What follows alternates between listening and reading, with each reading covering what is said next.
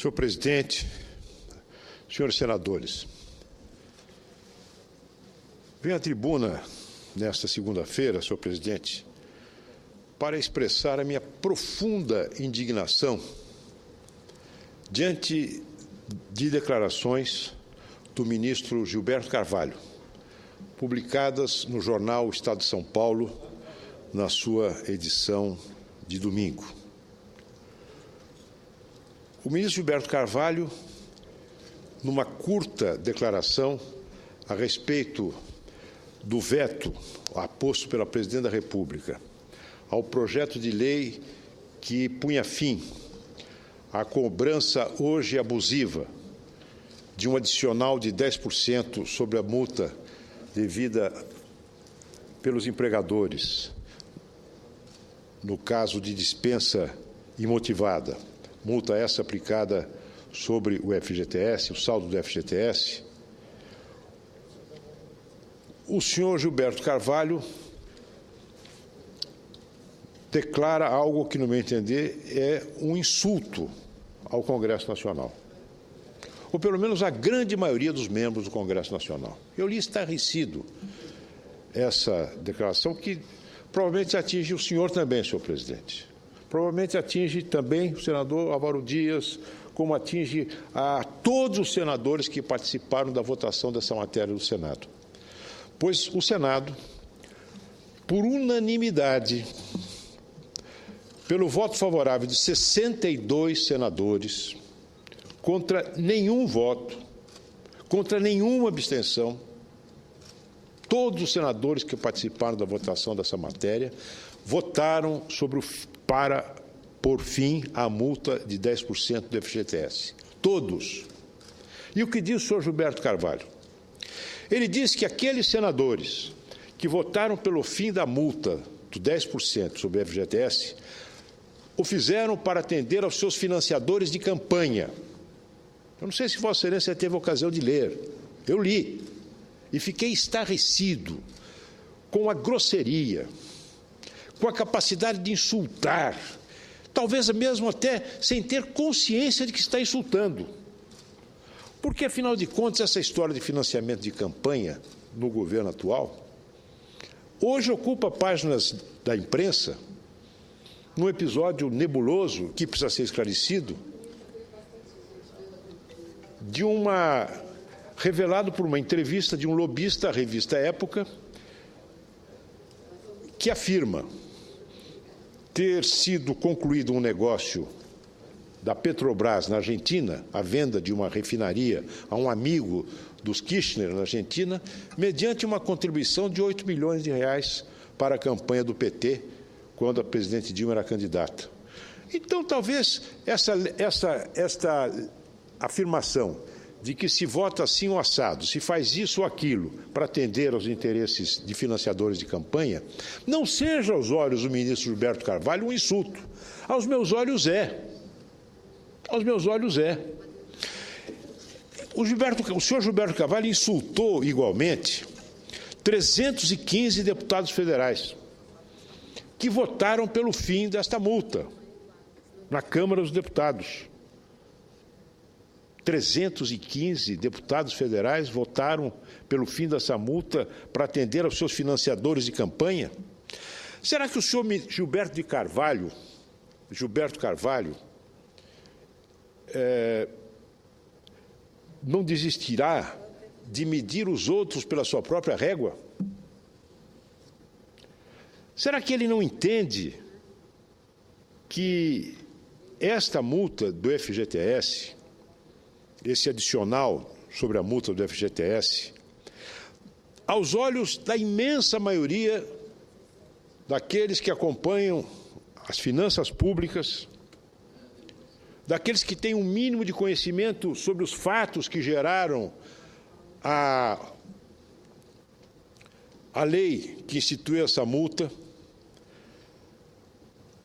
daqueles que sabem que esse ônus adicional ao setor produtivo é custo Brasil, é uma dificuldade a mais para as nossas empresas, no momento de uma conjuntura econômica por si mesma adversa, e que, portanto, tudo levaria à sua extinção.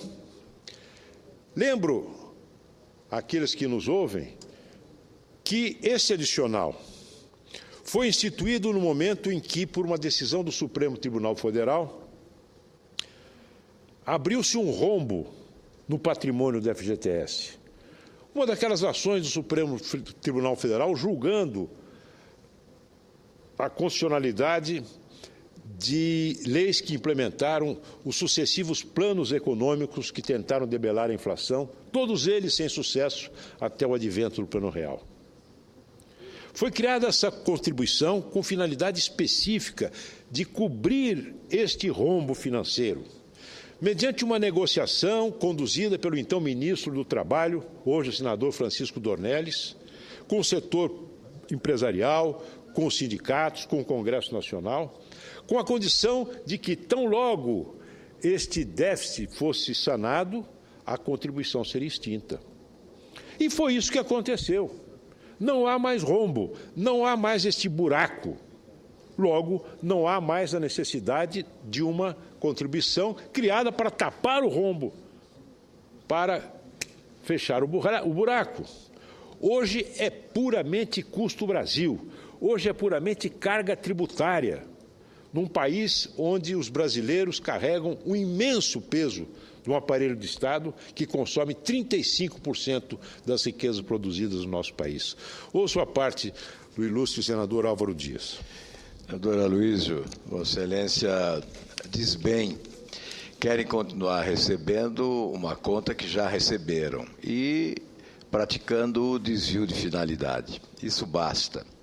Isso resume o significado desta decisão do governo de vetar a proposta aprovada no Congresso Nacional. Agora, quanto às ofensas, nós temos que devolvê-las.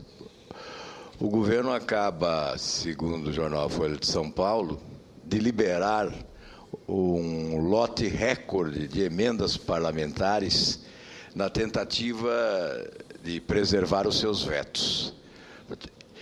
O trator está desgovernado, é verdade, como disse o Josias há poucos dias em seu blog, mas o governo lança a mão desse expediente da barganha, da picaretagem política, para fazer valer as suas posições.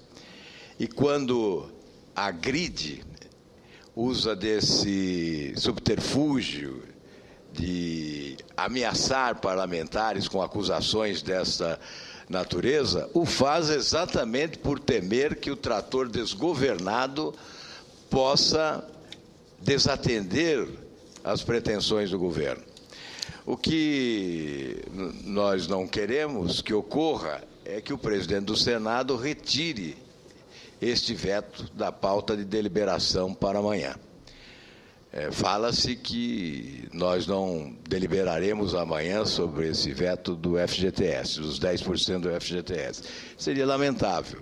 Creio que é urgente essa deliberação e nós aguardamos a oportunidade de fazê-lo. Vossa Excelência, com muita competência, aborda essa questão e tem o nosso integral apoio. Muito obrigado, senador Álvaro Dias. Vossa Excelência sabe que eu tenho dúvida se é o caso de devolver o insulto. Porque talvez o ministro Gilberto Carvalho não tenha consciência, repito, de estar nos insultando.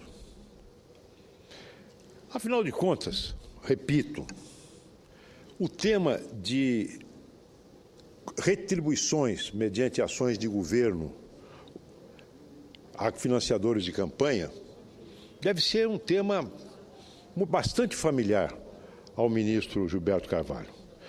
E se ele pudesse ouvir um conselho meu, eu aconselharia a não falar mais em financiamento de campanha, enquanto o governo não esclarecesse essa denúncia veiculada pela revista Época, de que a compra de uma refinaria na Argentina, a venda de uma refinaria na Argentina pela Petrobras a um grupo econômico próximo à presidente Kirchner, teve como contrapartida a contribuição de 8 milhões de reais para a campanha do PT.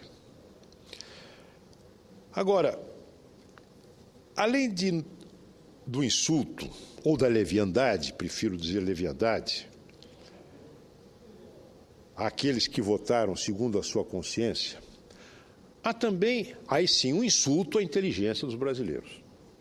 Dizer que o fim desta multa vai acabar com o programa ou ameaçar o programa Minha Casa Minha Vida é um insulto à inteligência dos brasileiros. É um insulto. Essa contribuição, vejamos, rende ao ano em torno de 3 bilhões de reais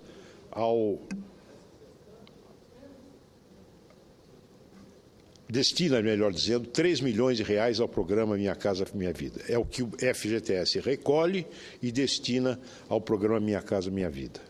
Os senhores sabem qual é o patrimônio líquido do FGTS hoje? 54 bilhões de reais. Ah, vai fazer falta. Vai fazer falta? Por que não lançar mão de uma pequena fração da imensa receita tributária de que dispõe o governo? 1 trilhão e 500 bilhões de reais. Então, são esses 3 milhões de reais, 3 bilhões de reais que vão acabar com o programa Minha Casa Minha Vida? Isso é um escárnio.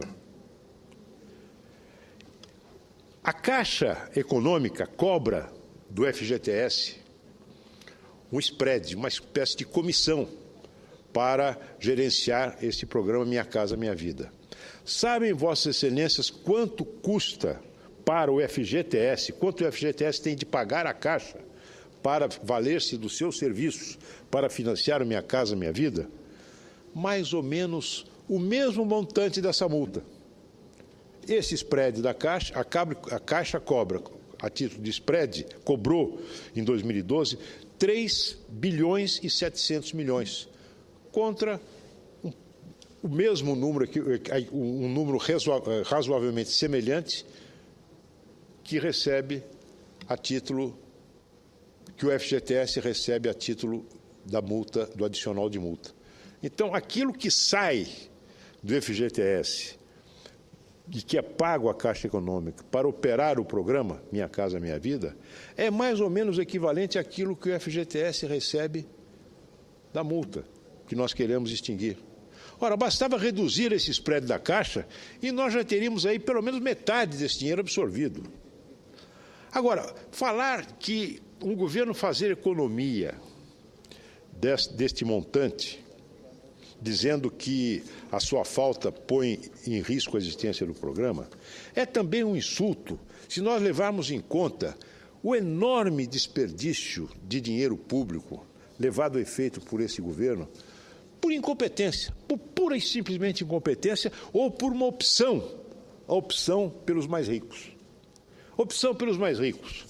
A Bolsa Empresário.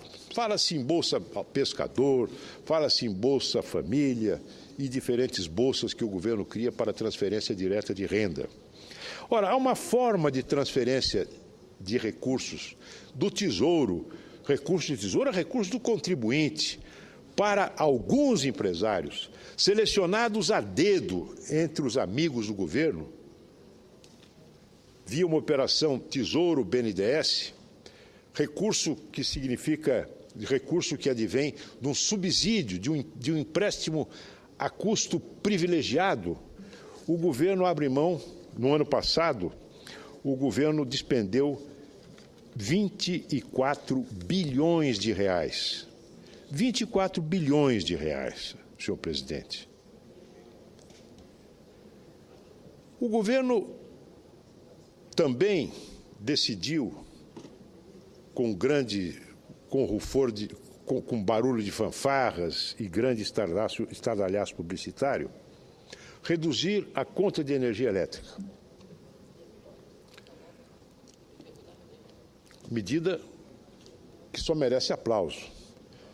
Mas mereceria aplauso maior se não tivesse sido tomada num contexto de precipitação e de autoritarismo, que excluiu da possibilidade de renovação antecipada de investimentos algumas grandes empresas geradoras que não concordavam com os cálculos do governo.